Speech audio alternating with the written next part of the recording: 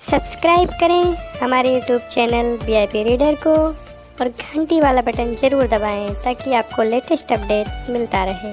नमस्कार मित्रों, स्वागत है आप सभी का। ऋग्वेद और यजुर्वेद पढ़ने के बाद आज हम सामवेद पढ़ेंगे।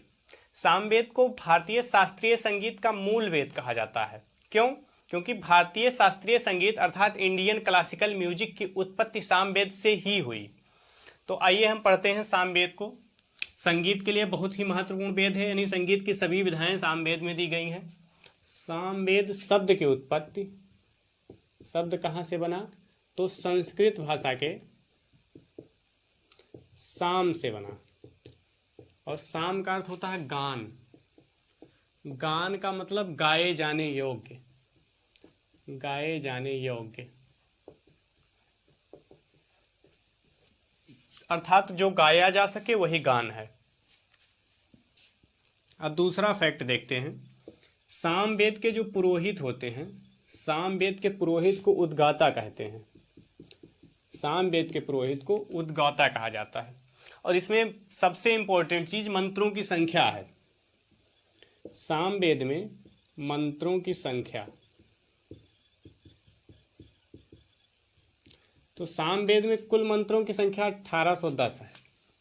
सामवेद में कुल मंत्रों की संख्या 1810 है, लेकिन इसमें जो है 261 मंत्र ऐसे हैं जो अथर्ववेद और यजुर्वेद से लिए गए हैं। 261 मंत्र अथर्ववेद तथा यजुर्वेद से लिए गए हैं। तो अब इसको हम इतना घटा दें तो कितना बचता है हमारे पास? 9,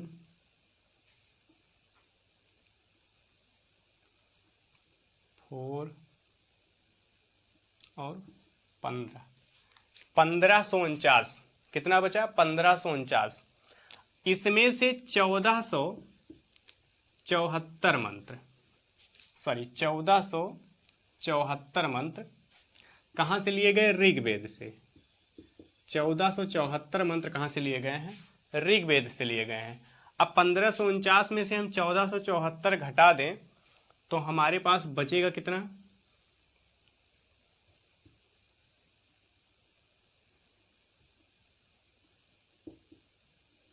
75।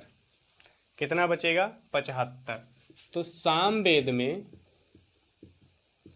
मूल मंत्रों की संख्या, मूल मंत्रों की संख्या कितनी है? 75 है।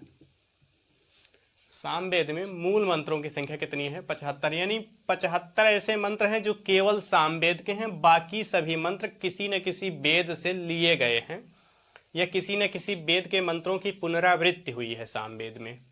तो मूल मंत्र कितने हैं? 75। अब सामवेद की शाखाओं की अगर हम बात करें, सामवेद की शाखाएं, तो सामवेद की 3 प्रमुख शाखा हैं। पहली कौथुम शाखा। कौथुम शाखा सबसे प्रामाणिक शाखा है। कौथुम शाखा सबसे प्रामाणिक शाखा है और कौथुम शाखा के अनुसार ही इसमें मूल मंत्रों की संख्या 75 है। दूसरी है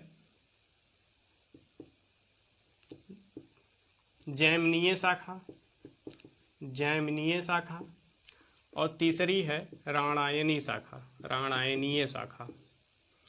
तो कितनी शाखाएं हैं? 3। सामवेद की 3 मुख्य शाखाएं। सबसे प्रामाणिक शाखा कौथुम शाखा है।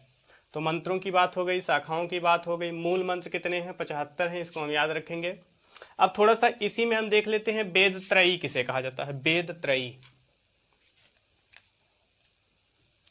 वेद त्रयी, ये भी पूछ लिया जाता है परीक्षा में कि वेद त्रयी क्या है। तो वेद त्रयी में ऋग्वेद, यजुर्वेद,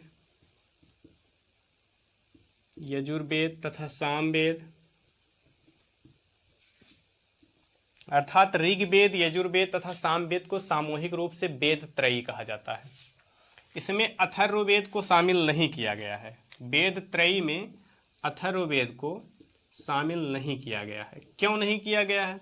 क्योंकि अथर्ववेद में लौकिक व भौतिक चीज़ों का वर्णन है, यानी लौकिक व भौतिक विषयों का वर्णन है अथर्ववेद में, इसीलिए इसको वेद त्रयी के अंतर्गत नहीं रखा गया। सामवेद में इतना ही महत्वपूर्ण फैक्ट था जो परीक्षा के हिसाब से महत्वपूर्ण है इसके बाद हम देखेंगे अथर्ववेद को और फिर धीरे धीरे ब्राह्मण ग्रंथ, अरण्यक ग्रंथ इत्यादि को पढ़ेंगे। तो ये वीडियो यहीं तक था। वीडियो देखने के लिए आप सभी का धन्यवाद।